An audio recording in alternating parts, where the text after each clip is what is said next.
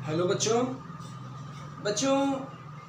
पिछले वीडियो में हम लोगों ने त्रिकोणमितीय सर्वसमीकरणों और उससे संबंधित कुछ महत्वपूर्ण प्रश्नों के बारे में अध्ययन किया।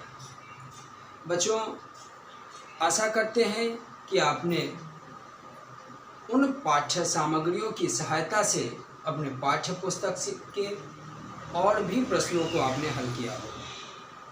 बच्चों, इसी क्रम में आज हम त्रिकोणमितीय समीकरण का अध्ययन करेंगे, यानी ट्रिग्नोमेट्रिकल इक्वेशन, है ना। दोनों की डेफिनेशन आपको बताई जा चुकी थी। त्रिकोणमितीय सर्वसमीकरण और समीकरण दोनों में अंतर क्या थे। त्रिकोणमितीय सर्वसमीकरण क्या था? ऐसा समीकरण था, त्रिकोणमितीय अनुपातों से युक्त ऐसा समीकरण जो अपने प्रांत में अपने कोण के सभी मानों को संतुष्ट करता हो, त्रिकोणमितीय सर्वसमीकरण कहलाता था। आज हम कहेंगे अगर कुछ मानों को संतुष्ट करे तो समीकरण। तो इस प्रकार बच्चों, आपने देखा होगा कि हम अगर साइन थीटा बराबर 1 कह दें तो थीटा के प्रत्येक मान को यह समीकरण संतुष्ट नहीं करेगा, है ना। थीटा के जिस मान को यह संतुष्ट करेगा उसे हम क्या कहेंगे? इस त्रिकोणमितीय समीकरण का मूल कहेंगे। ठीक है। जैसे आप देख लो, अगर थीटा की जगह आप 90 अंश रखते हैं तो साइन 90 अंश बराबर 1, बिल्कुल सही है। लेकिन अगर थीटा की जगह हम 30 अंश रख दें बच्चों, तो साइन 30 अंश का मान 1/2 होता है, 1 नहीं होता। अर्थात थीटा के प्रत्येक मान को यह समीकरण संतुष्ट नहीं करता। तो इसे आप क्या कहेंगे? त्रिकोणमितीय सर्वसमीकरण नहीं। तो क्या है? त्रिकोणमितीय समीकरण, है ना। अब हम बात करेंगे बच्चों त्रिकोणमितीय समीकरण के मूल की। तो अभी मैंने बताया आपको कि त्रिकोणमितीय समीकरण में अज्ञात कोण को संतुष्ट करने वाले जो मान होते हैं वो मान ही इस त्रिकोणमितीय समीकरण के मूल कहलाते हैं। ठीक है। अब आप इसके आगे बढ़ें। मुख्य मान या मुख्य हल क्या है? थीटा के ऐसे मूल जो इस असमीकरण को संतुष्ट करते हो, यानी 0 या 0 से बड़े हों और 2π से छोटे हों, थीटा के ऐसे मानों को हम उस त्रिकोणमितीय समीकरण का मुख्य मान कहते हैं। एक बार फिर से, प्रिंसिपल वैल्यू क्या है? किसी दिए गए त्रिकोणमितीय समीकरण में थीटा के ऐसे मान जो 0 या 0 से बड़ा तथा 2π से छोटा हो, ऐसे मानों को बच्चों हम लोग कहते हैं उस त्रिकोणमितीय समीकरण का प्रिंसिपल वैल्यू, यानी मुख्य मान। ठीक है। आज हम इसके और आगे बढ़ेंगे। आपने मूल देखा त्रिकोणमितीय समीकरण का, त्रिकोणमितीय समीकरण का मुख्य मान भी देखा। अब हम देखेंगे बच्चों त्रिकोणमितीय समीकरण का व्यापक मान, यानी जनरल वैल्यू। ठीक है। ऐसे में सबसे पहले हम त्रिकोणमितीय समीकरणों की कल्पना करते हैं। यदि त्रिकोणमितीय समीकरण साइन थीटा बराबर साइन अल्फा के रूप में हो जाए तो थीटा का व्यापक मान क्या होगा? ऐसा मान जो उसमें सारे मूल निहित हो वो व्यापक मान कहलाता है। यदि त्रिकोणमितीय समीकरण cos थीटा बराबर cos अल्फा के रूप का हो तो थीटा का व्यापक मान क्या होगा? tan थीटा बराबर tan अल्फा के रूप का हो तो क्या होगा? और इस प्रकार और भी भिन्न भिन्न प्रकार के त्रिकोणमितीय समीकरणों पर हम चर्चा करें। बच्चों, सबसे पहले इस क्रम में हम देखते हैं, अगर कोई त्रिकोणमितीय समीकरण साइन थीटा बराबर साइन अल्फा के रूप में हो तो इसका व्यापक मान क्या है? आप देखें, साइन अल्फा, आप चूंकि आपको पता है ASTC आपने क्वाड्रेंट में बांट रखा था, चिन्ह प्रॉपर्टी का भी अध्ययन कर लिया है। यानी इसमें और इसमें ये दो क्वाड्रेंट ऐसे हैं जहां साइन धनात्मक, और चूंकि आपको पता है 180 और 360 पर साइन का परिवर्तन नहीं होता, तो इसका मतलब हम चाहें तो बच्चों इसे साइन पाई माइनस अल्फा भी लिख सकते हैं। किसी भी हाल में ये सेकंड में रह जाए चाहे फर्स्ट में, और पाई माइनस अल्फा इसमें हो गया, और 2 पाई प्लस अल्फा कर दें तो इसमें आ जाएगा साइन 2 पाई प्लस अल्फा। इसी प्रकार साइन 3 पाई माइनस अल्फा। और बच्चों आप देखते जाए plus minus sine 4 pi plus alpha, है ना। तो आप देखोगे कि थीटा के जो मूल मिल रहे हैं, इस त्रिकोणमितीय समीकरण के जो मूल मिल रहे हैं वो कौन से मिल रहे हैं? अल्फा मिला, पाई माइनस अल्फा मिला, 2 पाई प्लस अल्फा मिला, 3 पाई माइनस अल्फा मिला, 4 पाई प्लस अल्फा मिला। आपने विशेषता देखी है, जब एक आया यानी ऑड आया तो माइनस, इवन आया तो प्लस, ऑड आया तो माइनस, इवन आया तो प्लस। इसका मतलब अगर हम इस 1 2 3 के द्वारा हम एक ऐसे पद की कल्पना करें जिसमें n ले लें, n पाई, और अगर n इवन हो तो प्लस और ऑड हो तो माइनस, इसका निर्धारण बच्चों -1 का पावर n कर देगा। आप जानते हैं -1 का पावर अगर इवन हो जाए तो ये प्लस हो जाता है, ऑड हो जाए तो माइनस हो जाता है, और ये हो गया अल्फा। इस प्रकार बच्चों आपने देखा कि यदि त्रिकोणमितीय समीकरण साइन थीटा बराबर साइन अल्फा के रूप में हो तो थीटा का व्यापक मान n pi plus -1 power n into. प्रायः हम लोग अल्फा का जो मान रखते हैं वो मुख्य मान रखना चाहते हैं, प्रिंसिपल, ठीक है ना। प्रिंसिपल वैल्यू रखेंगे, n की वैल्यू प्लस माइनस रखते जाएंगे पूर्णांकों में, तो आपको जितने भी मूल इस त्रिकोणमितीय समीकरण के हो सकते हैं वो सभी मूलों को ये व्यक्त करें। इसी कारण इसे हम जनरल वैल्यू या व्यापक मान कहते हैं। थीटा का क्या हो गया? ये व्यापक मान। व्यापक क्यों? क्योंकि ये सारे मूलों को निहित रखता है, सभी मूलों को समेटे हुए है, इसीलिए हम इसे व्यापक मान कहते हैं, ठीक है ना बच्चों।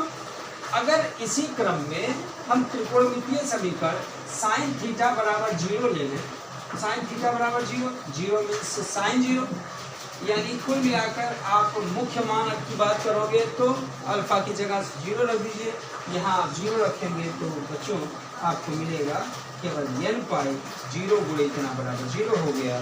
तो ये क्या बचा बच्चों?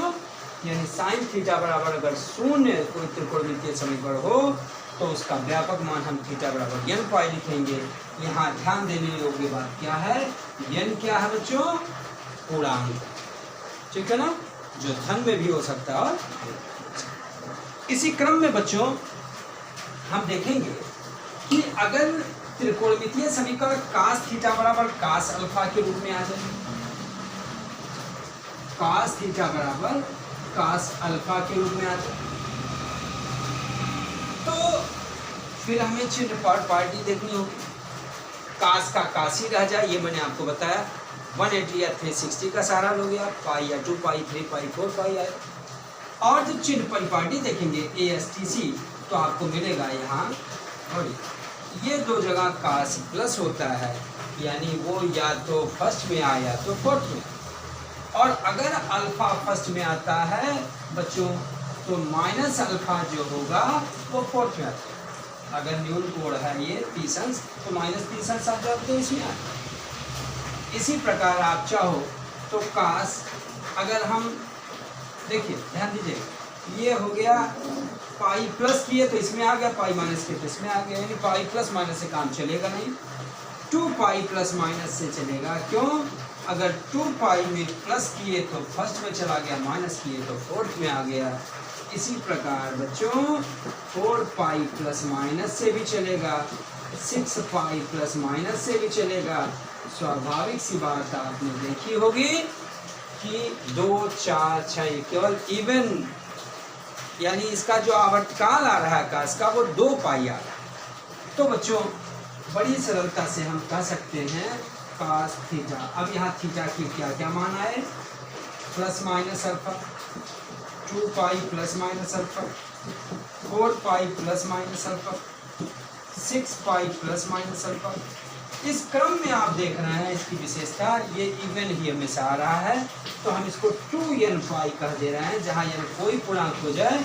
बच्चों हम लोग पहले भी पढ़ चुके हैं कि 2n जो होता है, अगर n पूर्णांक है तो 2n सदैव सम संख्या। तो 2n pi plus minus alpha, जहाँ अल्फा क्या है, उस त्रिकोणमितीय समीकरण का मुख्य मान यानी प्रिंसिपल, है ना बच्चों। इसी क्रम में अगर हम कास थीटा बराबर 0 ले लें, कास थीटा बराबर 0, अब कास थीटा बराबर 1 रहा होता बच्चों तो हम उसको कास 0 लिखते, ये 0 हो जाता, थीटा इक्वल 2n पाई आ जाता। n के बारे में मैंने बता ही दिया कि पूर्णांक है बच्चों। अगर हम कास थीटा का मान 0 ले लें तो उसका व्यापक मान क्या होगा, जरा देखा जाए। 0 को हम लिखते हैं कास pi by 2, cos pi by 2 का मान 0 होता है। ASTC आपको मैंने बताया ही था।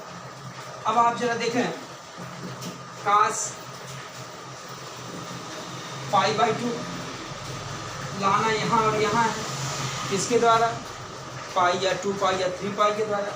तो अगर हम पाई प्लस कर दें बच्चों, पाई प्लस तो ये है, इसमें आ जाएगा, नहीं काम चलेगा।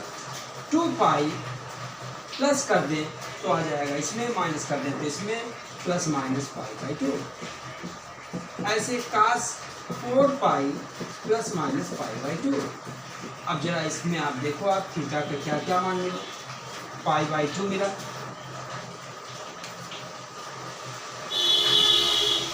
कामा ये 2 दूनी 4, 4 से 1 घटाए 4 से 1 घटाए 3 और 1 जोड़े तो 5, यानी 3 पाई बाई 2, 5 पाई बाई 2। यहाँ से देखिए 4 दूनी 8, 8 से 1 घटाए तो 7 आ गया और 1 जोड़े तो 9 आ गया। इस प्रकार बच्चों आपको देखने में मिल रहा है पाई बाई 2 का 1 गुना पाई बाई 2 का 3, 5, 7, 9, यानी पाई बाई 2 का विषम अपवर्त।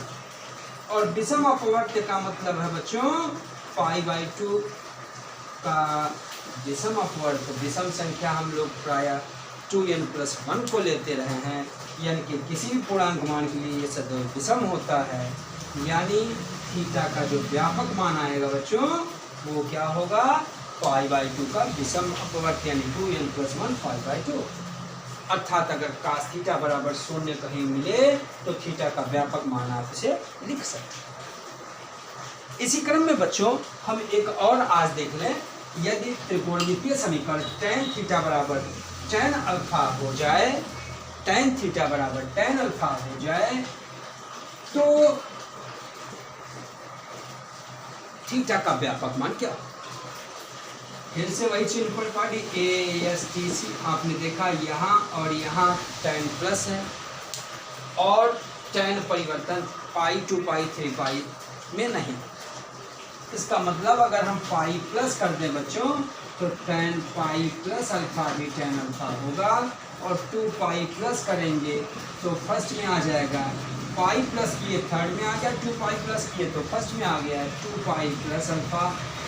इसी प्रकार बच्चों अगर हम tan 3 पाई प्लस अल्फा कर दें तो आप देखते जा रहे हो 1 पाई 2 पाई 3 पाई प्लस, यानी 1 pi plus 2 pi plus 3 pi plus 4 pi plus. तो थीटा के जो मूल मिले वो अल्फा, पाई प्लस अल्फा, 2 पाई प्लस अल्फा, 3 पाई प्लस अल्फा, और इसी क्रम में और बहुत सारे सूत्र मिलेंगे। तो इसका अगर व्यापक मान आप कल्पना करो तो 1 पाई 2 पाई 3 पाई, यानी सो n पाई प्लस अल्फा, जहाँ n क्या होगा बच्चों, n बिलोंग टू z, यानी कोई पूरा, ठीक है ना। इसी तरह बच्चों अगर tan थीटा बराबर 0 हो जाए तो 0 मीन्स tan 0 और अल्फा की जगह 0, क्योंकि मुख्य मान 0 है। सो इसका मतलब थीटा बराबर n पाई क्या होगा, व्यापक मान हो जाएगा तब जब tan थीटा बराबर 0। तो बच्चों आज आपको इस तरह मैंने 6 त्रिकोणमितीय समीकरण दिखा। साइन थीटा बराबर साइन अल्फा, साइन थीटा बराबर 0, कास थीटा बराबर कास अल्फा, कास थीटा बराबर 0, tan थीटा बराबर tan अल्फा और tan थीटा बराबर 0। तो मुझे लगता है आपने इसको ठीक से समझा होगा। इसको समझ के अपने पाठ्य पुस्तक के प्रश्नों को देख कर हल करने का प्रयास करिएगा। जिस प्रश्न में भी दिक्कत आएगी बच्चों आप मैसेज करिएगा, निश्चित रूप से आपके प्रश्नों का सलूशन आपको अगले वीडियो में उपलब्ध करा देगा। Thank you.